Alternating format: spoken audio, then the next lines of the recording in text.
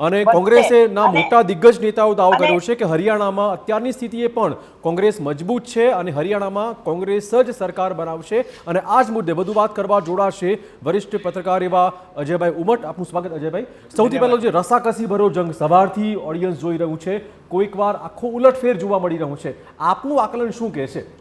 જો હું એવું માનું છું કે હજુ 1 કલાક પછી ચિત્ર છે ને સાચું સ્પષ્ટ થશે, કારણ કે અત્યારે જે એરિયાઝ ને જે બેઠકો ખુલી રહી છે એ અર્બન એરિયાઝ છે, બરાબર છે ને. અર્બન એરિયાઝમાં તમે જુઓ તો ભારતીય જનતા પાર્ટી દેખીતી રીતના આગળ છે. આપણે ગુજરાતમાં પણ જોઈએ તો અમદાવાદ, વડોદરા, સુરત, રાજકોટ આ ખુલે તો ભારતીય જનતા પાર્ટી જ આગળ જોવા મળે છે, બરાબર છે.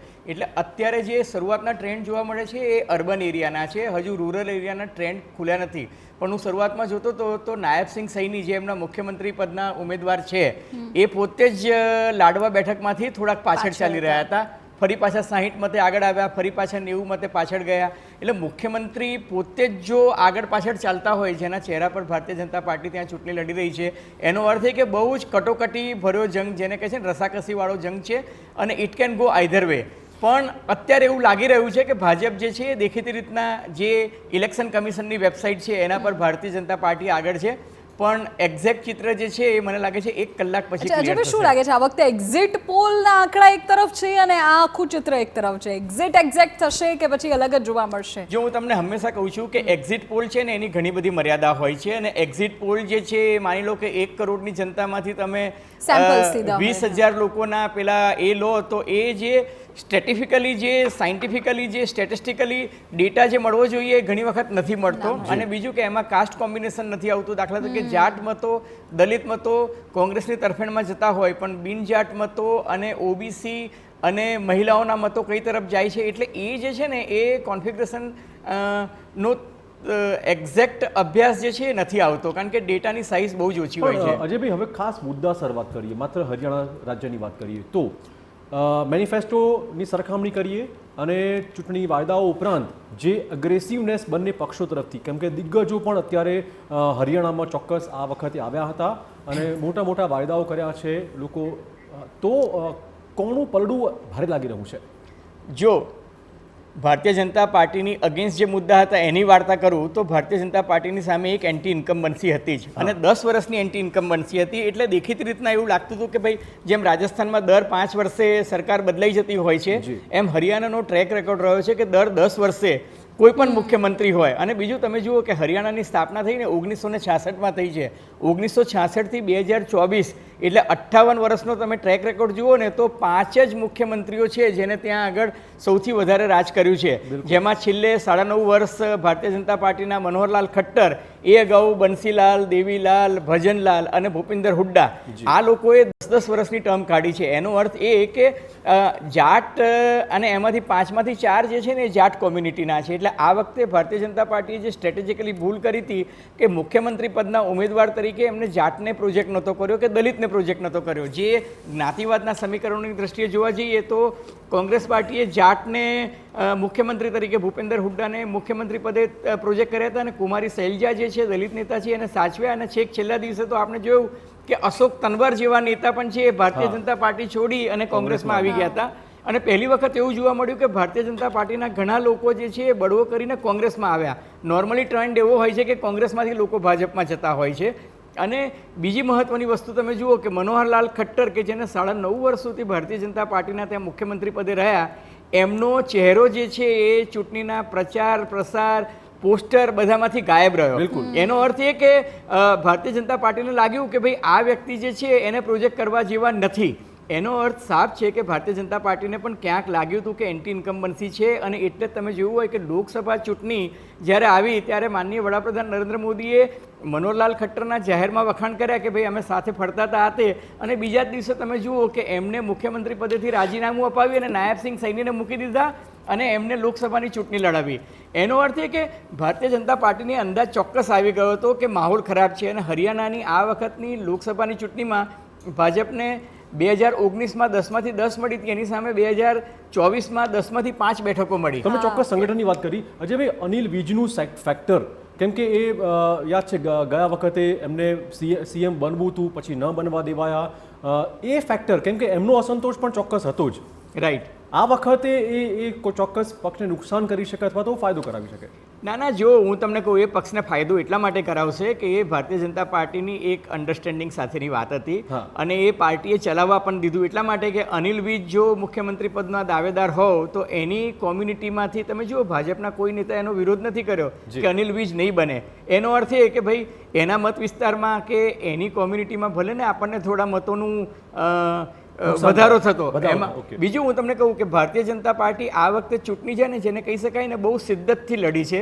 ભાજપને ખબર હતી કે આ એક હારેલી બેટલ જે છે આપણે જીતવા જઈ રહ્યા છે અને એટલા માટે એમને એક એક બેઠક પર બહુ જ પ્લાનિંગ સાથે કર્યું. અને બીજું, જો ભાજપ જીતશે તો તમે સમજી જજો કે જે અપક્ષ ઉમેદવારો ઊભા રાખ્યા છે અને બીજા જે પરચુરન જેને કહીએ ને નાના નાના રાજકીય પક્ષો જે છે, દાખલા તરીકે અભય ચોટાલાની પાર્ટી, પછી દુષ્યંત ચોટાલાની પાર્ટી, બેનજી માયાવતીની પાર્ટી, પછી જનનાયક પાર્ટી, પછી આમ આદમી પાર્ટી, આ લોકોના જે મતો કપાશે ને એનો એડવાન્ટેજ જે છે એ ભારતીય જનતા પાર્ટીને મળશે.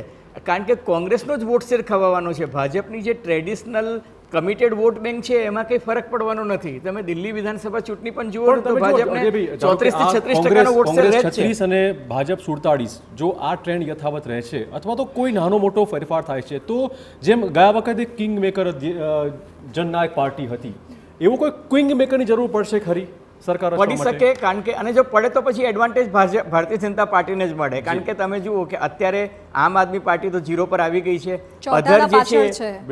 ચૌટાલા પણ પાછળ ચાલે છે. હા, ચૌટાલા પાછળ ચાલી રહ્યા છે. હવે જે જનનાયક પાર્ટી જે છે એ અગાઉ ભાજપની જ ભગીની પાર્ટી હતી.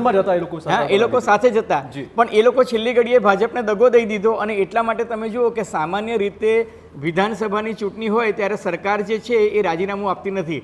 હરિયાણામાં પહેલી વખત એવું થયું કે હરિયાણાના કેટલાક ઉમેદવારોએ, ભારતીય જનતા પાર્ટીના કેટલાક ઉમેદવારોએ અને 2 મંત્રીઓએ બગાવત કરી, બળવો કર્યો એટલા માટે અને 3 જણાએ ટેકો પાછો ખેંચી લીધો. આમે ગઈ વખતે ભાજપને કંઈ સ્પષ્ટ બહુમતી નહોતી મળતી. જેજેપીના ટેકાથી જ ભાજપ સરકાર ચાલતી હતી.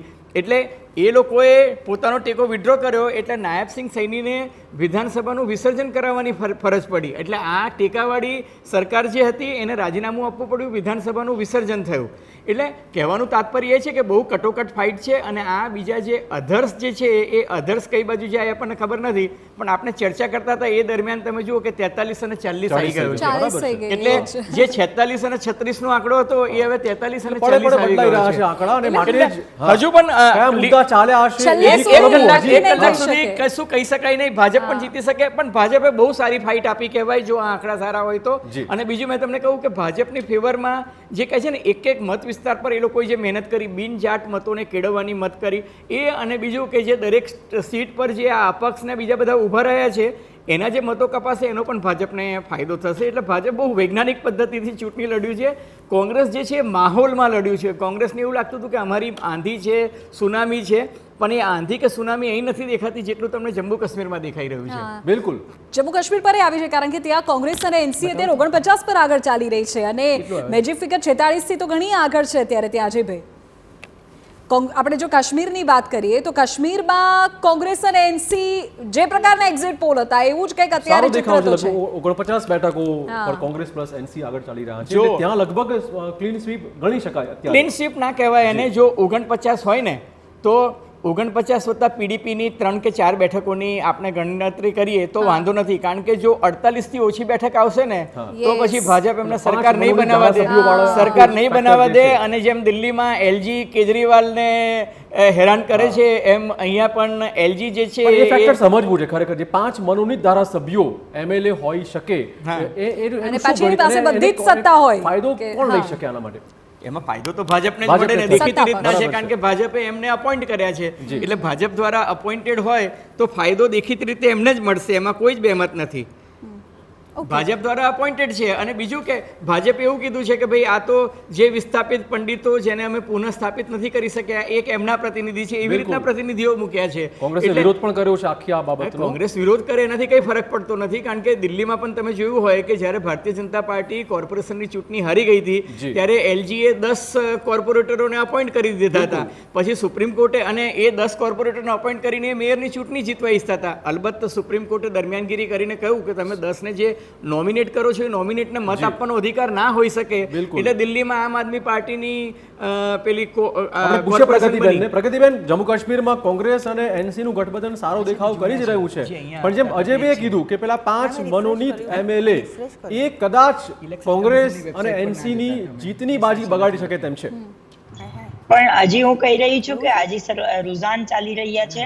અમે ત્યાં 55+ બેઠકોમાં અમારું સારું એવું પ્રદર્શન રહેશે અને અમે સરકાર બનાવશું. બંને જગ્યાએ બહુ જ સ્વસ્થ છું. તમે જોજો, હરિયાણામાં પણ 50 બેઠકો આવશે કોંગ્રેસ પાર્ટીની અને ત્યાં પણ અમે સત્તામાં ઉપર જશું. તમે કહ્યું કે હમણાં પેલા 47 અને 35 નો રેશિયો હતો, એ 40-42 પહોંચી ગયું હતું. તો હું તમને એ જ કહી રહી છું કે અમે હરિયાણામાં પણ 50+ બેઠકોમાં સરકાર બનાવીશું અને જમ્મુ કાશ્મીરમાં પણ અમારી 55+ બેઠકો જશે. જમ્મુ કાશ્મીરમાં તો મને એટલા માટે વિશ્વાસ છે કે જમ્મુ કાશ્મીરના યુવાનોએ માનનીય રાહુલ ગાંધીજી ઉપર ડાયરેક્ટ બહુ જ મોટો વિશ્વાસ મૂક્યો છે. તમે જુઓ કે આપણા દેશના પ્રધાનમંત્રી હરિયાણામાં આવી અને જમ્મુ કાશ્મીરની વાત કરતા હતા અને જમ્મુ કાશ્મીરમાં જઈને બીજી બધી વાતો કરતા હતા, જ્યારે માનનીય રાહુલ ગાંધીજીએ હરિયાણામાં આવી અને હરિયાણાના લોકોની જ વાત કરી છે. જમ્મુ કાશ્મીરમાં જઈ અને ત્યાંના યુવાનોને રોજગારીની વાત કરી છે. જમ્મુ કાશ્મીરના જે લોકલ પ્રશ્નો હતા એની વાત કરી છે. તો સ્વાભાવિક છે કે લોકોને એમના લોકલ પ્રશ્નોથી એમને મતલબ છે. એમને બીજા લોકો શું કરે છે એનાથી મતલબ નથી, બીજા રાજ્યમાં શું થાય છે એનાથી મતલબ નથી. પોતાના રાજ્યમાં એમને કયા બેનિફિટ મળે છે એના ઉપર ચાલી રહ્યા છે. એક મુદ્દો હંમેશા ચર્ચામાં રહ્યો હતો કે રાહુલ ગાંધીએ દરેક સભામાં કીધું કે જમ્મુ કાશ્મીરને પૂર્ણ રાજ્યનો દરજ્જો પાછો અપાવીશું. અમિત શાહે કીધું કે એમના હાથમાં જ નથી જે વાતે કરી રહ્યા છે. અરે, હું તમને એ વાત કરી રહી છું કે આપણે પહેલી વાર એવું જોયું છે કે કોઈ રાજ્યને આપણે કેન્દ્ર શાસિત પ્રદેશ બનાવી દીધો હોય. આપણા ભારતના ઇતિહાસમાં ક્યારેય કોઈ રાજ્યને કેન્દ્ર શાસિત પ્રદેશ નથી બનાવ્યો. કેન્દ્ર શાસિત પ્રદેશમાંથી કોઈ રાજ્ય બન્યું છે. તો એ સ્વાભાવિક છે કે એ લોકોનો જે હક અધિકાર હતો એ આપણે કોઈને છીનવવાનો અધિકાર જ નથી. અને માનનીય રાહુલ ગાંધીજી એટલા માટે જ કહ્યું છે કે તમારો હક છે એ તમને આપીશું. તમે જુઓ તો કેન્દ્રને એવો કયો અધિકાર છે કે કોઈ રાજ્યનો હક છે એ પોતે લઈ લે?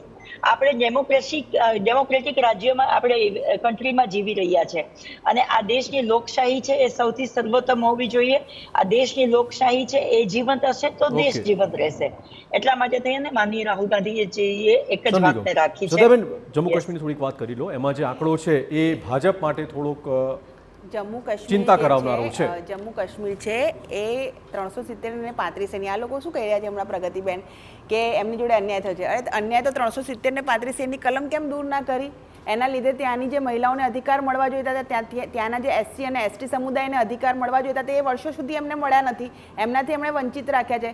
તમે હંમેશા શોષિતો અને વંચિતોને પોતાની લોકતંત્રમાં કોઈને વોટ બેંક ના કહેવાય, પણ સોરી ટુ સે કોંગ્રેસ અને પ્રતિપક્ષના લોકો એમને વોટ બેંક તરીકે ચીટ કરે છે કે એમને શોષિત રાખો, એમને વંચિત રાખો, એમને ડિપ્રાઇવ રાખો, એમને જે થોટ પ્રોસેસ એનો ફાયદો દેખાઈ રહ્યો છે ભાજપને ક્યાંય 370 ની કલમનો ફાયદો જમ્મુ કાશ્મીરમાં. એક વસ્તુ કહું છું, અમારી વિચારધારા, મેં તમને એક વસ્તુ કહી દઉં છું, અમારી વિચારધારાની લડાઈ છે. પશ્ચિમ બંગાળમાં બી અમારા કાર્યકર્તાઓની હત્યા થાય છે, કેરલામાં બી થાય છે, પણ આજે કેરલામાં મેમ્બર ઓફ પાર્લામેન્ટ આવ્યા છે ને અમારા, ત્યાં એકદમ લેફ્ટિસ્ટ વિચારધારા હતી, કોઈને ખબર બી નહોતી કે અમારા મેમ્બર ઓફ પાર્લામેન્ટ છે. કાશ્મીરની અંદર તમે અત્યારે જે લોકો ટુરિઝમ કરીને આવ્યા છે, તમે જુઓ કે ત્યાં મારી હમણાં એક જોડે વાત થઈ હતી, જે પાક ઓક્યુપાય કાશ્મીર છે એની અંદરના લોકોને પર ડે એટલી ઇન્કમ નથી થતી જેટલી કાશ્મીરના મુસલમાનોને થાય છે. 370 અને 35 એની કલમ દૂર કર્યા પછી ત્યાં ટુરિઝમ જે વધ્યું છે, ત્યાંના લોકોની ઇન્કમ વધી છે, ત્યાંના લોકો આજે ખુશ છે કે જે આ બધા કામોના લીધે ત્યાં વિકાસ વધ્યો છે, એ લોકોની રોજગારીમાં પરિવર્તન થયું છે, એ લોકોની જીવનશૈલીમાં પરિવર્તન થયું છે. ચોક્કસ રાહુલ ગાંધીએ પણ ઉઠાવ્યો હતો કે જમ્મુ કાશ્મીરના સ્થાનિક યુવાનોને રોજગારીનું શું, શા માટે સ્થાનિક કક્ષાએ રોજગારી ઊભી થતી નથી? આપણે આ વિશે વાત કરતા રહીશું, પણ તે પહેલા વિશેષ રજૂઆતમાં સમય થઈ ગયો છે બ્રેકનો.